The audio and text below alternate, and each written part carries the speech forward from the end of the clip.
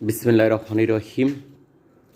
যদি বাংলাদেশের সংবিধান এবং জুলাই গণঅভ্যুত্থানের সনদে এই আইনটি থাকতো দুর্নীতি নির্মূল করার জন্য, যে একটি আসন 3 জনে পরিচালনা করবে, একজন সৎ, একজন মেধাবী লোক, একজন জনগণের প্রতিনিধি। সৎ লোক আসবে অবসরপ্রাপ্ত বিসিএস ক্যাডার অথবা দাওরা হাদিস পাস, কামেল পাস, MA পাস, মুফতি পাস, এমন লোকের ভিতর থেকে লটারির মাধ্যমে একজন সৎলোক নেবেন।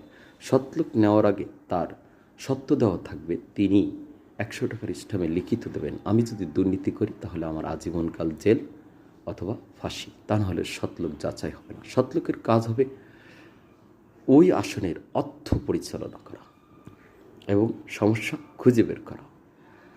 আর আরেকজন লোক মেধাবী, ওই আসনে পরীক্ষার মাধ্যমে সর্বোচ্চ নাম্বার যিনি পাবেন তিনি হবেন মেধাবী এমপি। মেধাবী লোকের কাজ হবে ওই আসনে সমস্যা খুঁজে বের করা, সৎলোক মেধাবী লোকের সাথে আলোচনা করে এবং জনগণের প্রতিনিধির সাথে আলোচনা করে সমাধানের ব্যবস্থা করা।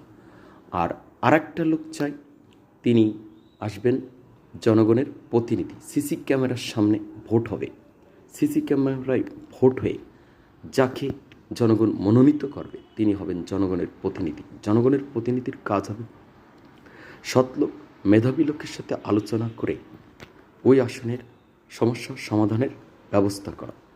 এইভাবে যদি একটি আসন 3 জন পরিচালনা করে এবং জবাবদিহিতা থাকে, তাহলে ওই আসনে আর দুর্নীতি করার কোনো সম্ভাবনা থাকবে না। এদেশের অনেক অসাধু রাজনীতিবিদ টাকার জন্য রাজনীতি করে। আগামী রাজনীতি হবে সেবার জন্য রাজনীতি, মানব কল্যাণের জন্য রাজনীতি।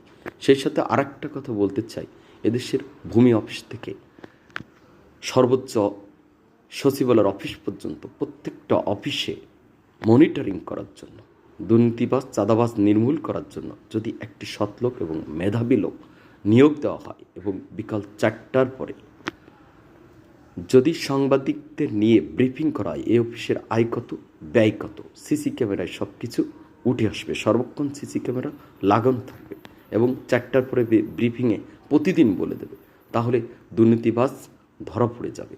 বাংলাদেশে আর কোথাও কোনো দুর্নীতিবাজ চাঁদাবাজ পাওয়া যাবে না এবং রাজনৈতিক নামক ব্যবসা নির্মূল হয়ে যাবে। মানুষ যখন দেখবে যে রাজনীতি কল্যাণের জন্য করতে হয়, মানবের ভালোবাসার জন্য রাজনীতি করতে হয়, টাকা ইনকাম করার জন্য না, তখন মানুষ নিজ থেকে ভালো হয়ে যাবে।